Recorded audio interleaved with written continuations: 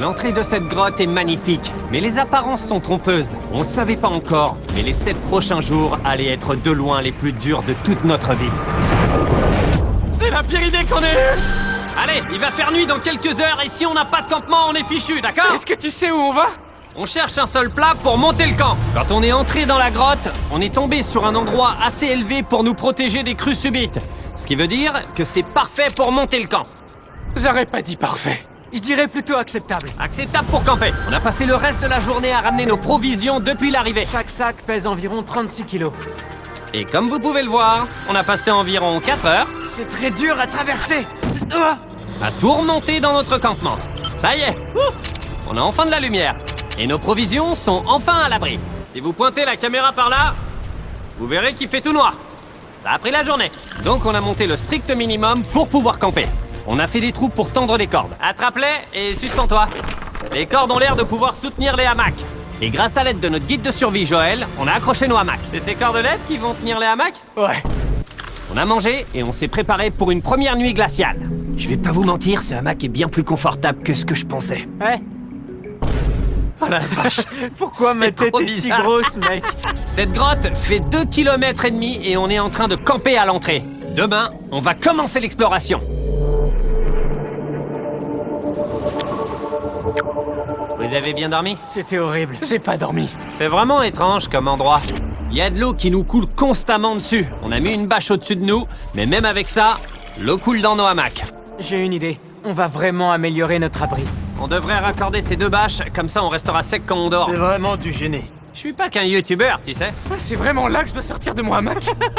Attendez, c'est sérieux ça? C'est ici que je dois sortir du lit? On s'en est pas rendu compte au départ, mais ce trou fait presque 12 mètres. Donc pendant que Sean et moi, on s'occupait de notre super bâche, Mac et Carl sont partis voir à quel point le trou est dangereux. Eh, tu vois mon hamac là-haut? C'est là que j'ai dormi. Regarde ça. Et vu que tout se ressemble, ça va être compliqué de nous suivre dans cette grotte. Sur cette carte, on peut voir notre campement et à quel point il s'en éloigne. Bon, allez Mac, c'était cool. Oh mec, c'est ouf. Pendant que les gars sont en train d'explorer, Sean et moi, on doit travailler sur le campement. Pourquoi il y a un sac de couchage ici? Parce qu'il sentait l'urine. Hein? Leçon numéro 1, ne pas louer de sac de couchage. Pourquoi on a loué des sacs de J'en sais couchage? Pourquoi on n'en a pas acheté? On a accroché les bâches ensemble pour créer une méga bâche. Faites pas attention. J'ai confiance en cette corde. Pendant ce temps, Mac et Carl étaient toujours dans le trou. Oh la vache, Mac. Et ils ont fini par atteindre le fond. Hey! On est censé bosser sur le campement. Je voulais juste montrer à quel point camper est dangereux. T'as qu'à pas tomber, question de talent. Ouais, c'est ça. Alors qu'ils auraient dû être en train de remonter, Carl et Mac ont insisté pour savoir quelle profondeur ils pouvaient atteindre. Mec, c'est super stylé. Tu penses qu'on peut traverser la rivière? Ce qu'ils savaient pas, c'est que la rivière traverse toute la grotte. Ce qui veut dire qu'on va passer un petit moment les pieds dans l'eau. Et voilà. Ah, dites-moi que vous vous êtes bougé les fesses. Ouais, bien sûr. On va dire ça, ouais. On a fait un nouvel abri, pas vrai? Exactement. Maintenant, on a un toit. Regarde ça. Ouais, j'avoue que c'est du beau boulot. Et on a bougé le bras zéro dans ce petit coin qu'on a trouvé, ici. Vous en pensez quoi? C'est plus chaud. C'est douillet. Ces rochers gardent la chaleur ici et bloquent le pipi de roche qui coule du plafond. C'est pas du pipi. T'appelles ça comment? J'en sais rien. De la pluie peut-être. Et c'est pas de la pluie, Mais c'est des attends. rochers. Regarde bien. Tu vois des nuages? Non, c'est des rochers. C'est pas de la pluie. Du pipi de roche. Du pipi de roche. Du pipi de roche, d'accord. Parfait, du pipi de roche. Après une nuit de sommeil au sec, on a décidé que Joël, notre expert en survie, nous aiderait à atteindre le fond de la grotte. Grotte. Grotte. Grotte. Grotte. Grotte. Grotte. Voyons à quel point on peut descendre dans cette grotte. Alors, rappelez-vous qu'on est tout juste à l'entrée de cette gigantesque grotte et qu'on doit aller tout au bout, sans mourir bien sûr. Ah la vache, c'est super raide. T'as encore rien vu? On descend au fond de la grotte. Allez les gars, rentrez le ventre. C'est là que ça se complique. Je crois que je vais pas passer. Ce qui est intéressant avec la spéléologie, c'est qu'à un moment, tu te glisses dans les crevasses entre les rochers Oh mon dieu, c'est tellement étroit. et après tu te retrouves dans une immense salle. Tellement grande que pour voir, on a dû faire ça. Oh la vache! On peut voir maintenant. C'est trop stylé. Ça brille vachement fort. Ouais, regarde à quel point c'est cool. C'est tellement fort que j'arrive pas à le regarder. Je me fais aveugler. Ah non. Ah non. Avec du recul, on s'en est peut-être pas servi de la meilleure manière. Après toi. Et on a continué. Vas-y, il y a une bonne prise juste là, juste au-dessus. Et ensuite, tu peux pivoter ton pied juste ici. Et comme ça? Ouais, voilà, parfait. Joël, c'est le meilleur guide du monde. Personne n'est mort encore. Allez les gars, là ça va devenir intéressant. Quoi? C'est quoi ça? À partir de là, vous mettez les combis. On va faire un tour dans l'eau. Hier, Mac et Karl en rigolaient tous les deux. Mais la suite de notre aventure spéléologique se passe dans une rivière glaciale. C'est pas vrai, c'est dingue! Les combinaisons sont le seul moyen d'éviter l'hypothermie. Pourquoi on fait ça? Parce que c'est une expérience unique. Ouais, unique, parce qu'après, t'es mort. Donc, pour atteindre le fond de la grotte, on doit plonger dans la rivière et se glisser prudemment à travers tous ces trous dans la roche pour remonter les rapides. Prends ton temps, tes pieds vont un peu traîner derrière toi. Allez, je rentre dans la rivière! Il faut que tu suives le mur qui est sur ta gauche. C'est glacé! Tu peux le faire, Jimmy. Ah, je sais pas si je passe! Jimmy, il faut que tu arrives à te hisser hors de l'eau. Oh la vache! Ce qui est fou dans tout ça, c'est hyper froid! C'est que quand t'es complètement immergé dans l'eau glacée, ça devient vraiment dur de s'agripper aux rochers. Oh la vache! C'est une dinguerie! Mac, Karl, allez, venez! J'ai peur, mec. Tu peux le faire. Continue. Regarde comme c'est ouf, mec. Et même si c'était un obstacle difficile, c'était rien à côté de ce qui nous attendait plus loin. Ouais, on a réussi. Grotte, grotte, grotte. Eh les gars! On a fait 10% du chemin! Ce qui veut dire qu'on est au tout début de l'expédition, et il nous reste plus de 2 km à faire pour atteindre notre objectif. Comme il pleut constamment dans la grotte, j'ai fait un petit coin de chill pour se poser sans être mouillé. Je me demande à quoi ça ressemblerait si j'étais pas là pour le faire. Je suis sûr qu'il pourrait dormir en tas sur des pierres humides. C'est important de rester en mouvement quand on est mouillé. Nos D'accord. températures vont baisser rapidement. Pourquoi c'est si dur? Le pire, c'est que chaque pas qu'on fait, c'est un pas à refaire dans l'autre sens pour revenir au camp. Notre prochain obstacle est peut-être hors de l'eau, mais ça le rend pas plus simple pour autant. Non, c'est une toile d'araignée. Je vois pas l'araignée. Elle doit être sur nous. Elle est sur toi, elle est sur toi. Je hais mes potes. Cette grotte, c'est comme une vidéo MrBeast.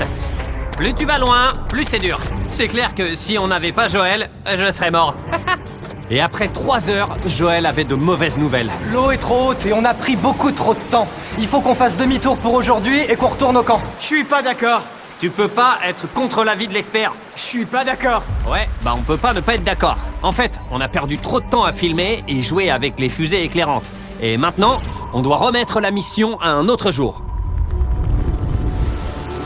Sean, on est rentré. Ça fait quoi depuis qu'on est parti? Plus personne sera trempé maintenant. Je savais même pas qu'on avait des guirlandes. Ouais, elles sont cool, hein. Malheureusement, on a fait que 20% de la grotte aujourd'hui. Mais croyez-moi, dans les prochains jours, on y arrivera, j'en suis sûr. Je crois pas. Non, ça arrivera pas.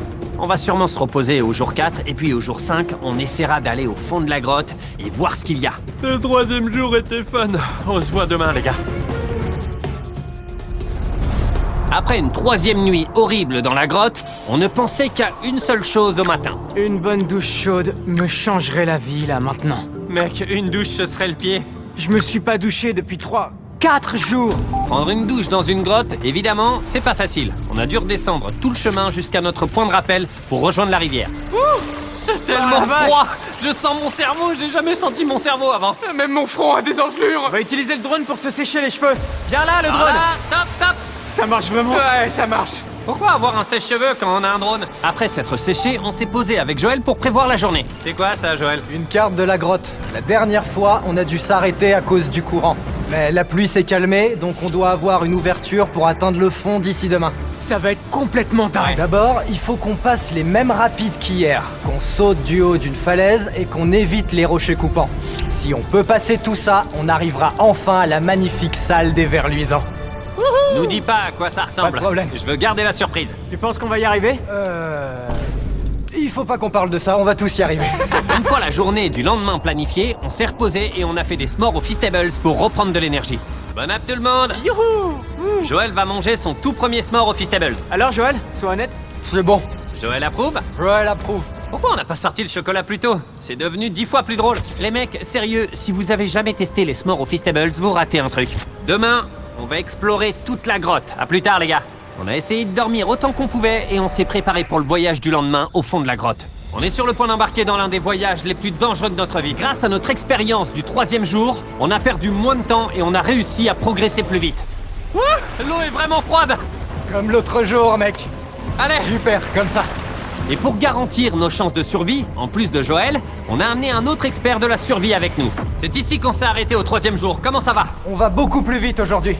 Derrière nous, il fait nuit noire. On va où? Cet endroit devient étroit et le D'accord. courant est très fort. On va se servir des murs et devoir grimper le long du chemin. Ah non. Allez, vas-y, Ah la vache. saute sur ce rocher, allez. Il y a aussi quelques bons rochers sur lesquels t'accrocher dans le coin.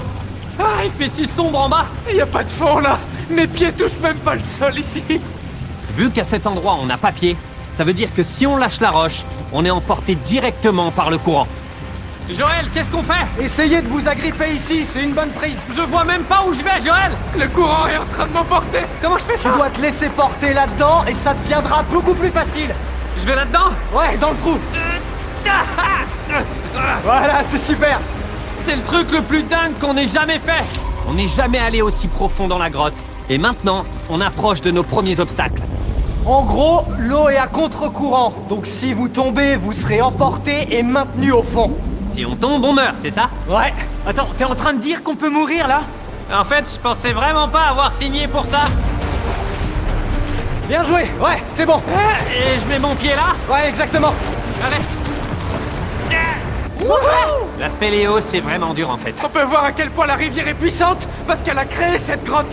Et devinez quoi? On n'est pas aussi résistant qu'une grotte. Ouais, moi j'appelle la force d'un humain. Heureusement pour nous, celui qui mène l'expédition, c'est pas Karl, mais notre Avenger, Joël. Et pour prouver à quel point c'est un expert, cet homme a frimé en sautant d'une falaise. Oh la vache! T'es complètement fou! C'est certain que je suis pas le seul. Je suis sûr qu'un d'entre vous veut essayer. Moi, je suis fou! C'est pas vrai, tu veux le faire? De quoi tu parles? Je suis en train de le faire là, bébé! C'est parti, Joël! Chance, Mac! Après tout ce que Jimmy m'a fait traverser, ça me fait pas peur. 3, 2, 1... Wouhou!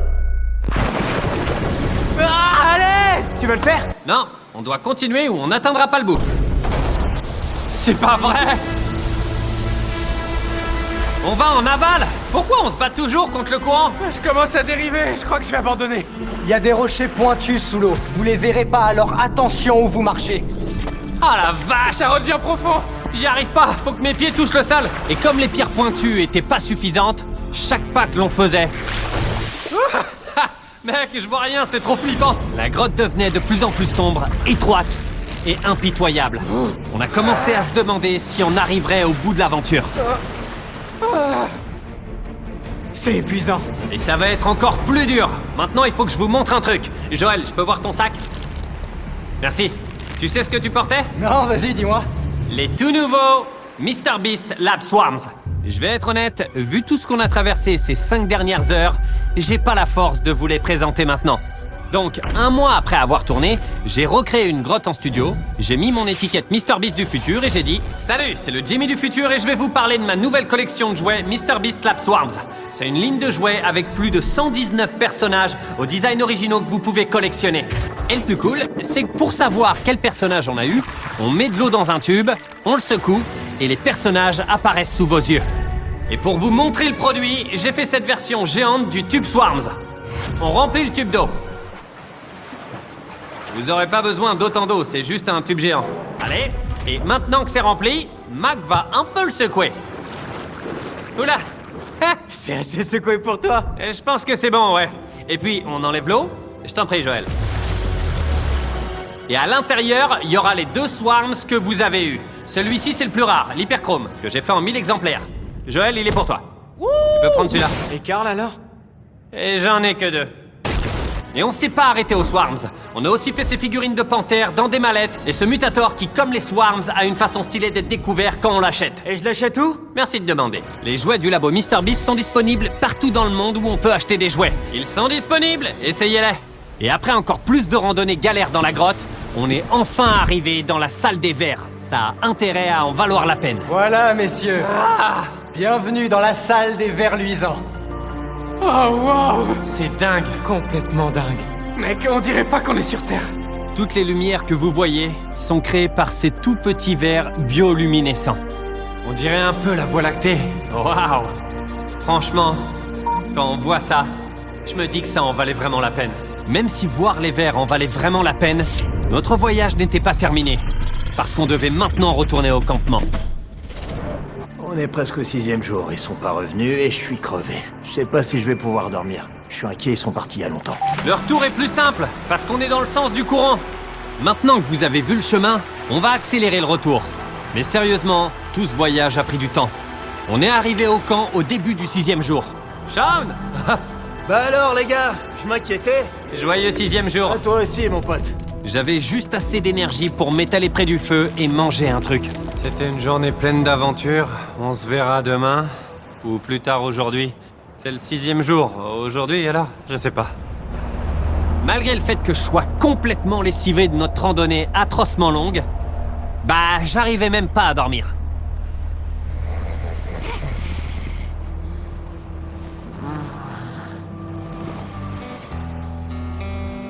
J'ai passé une semaine en isolement, une semaine sous terre, une semaine sur un radeau.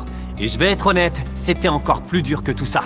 On est tout le temps trempé et il fait vraiment froid. On n'arrête pas de se faire mal sur les rochers et quand je dis mal, c'est vraiment mal. 90% du temps, cette grotte est horrible. Mais entre vous et moi... Jimmy! Hey! Carl! Tu me vois? C'est une lampe torche de compète. On a passé des super moments dans cette grotte. À conquérir les rapides à 90 mètres de profondeur. À se marrer dans nos hamacs. Toute cette douleur en valait la peine. Parce que quand on est bien accompagné, On fait des bruits de baleine? cette grotte humide, froide et épouvantable devient l'un des plus beaux voyages de notre vie.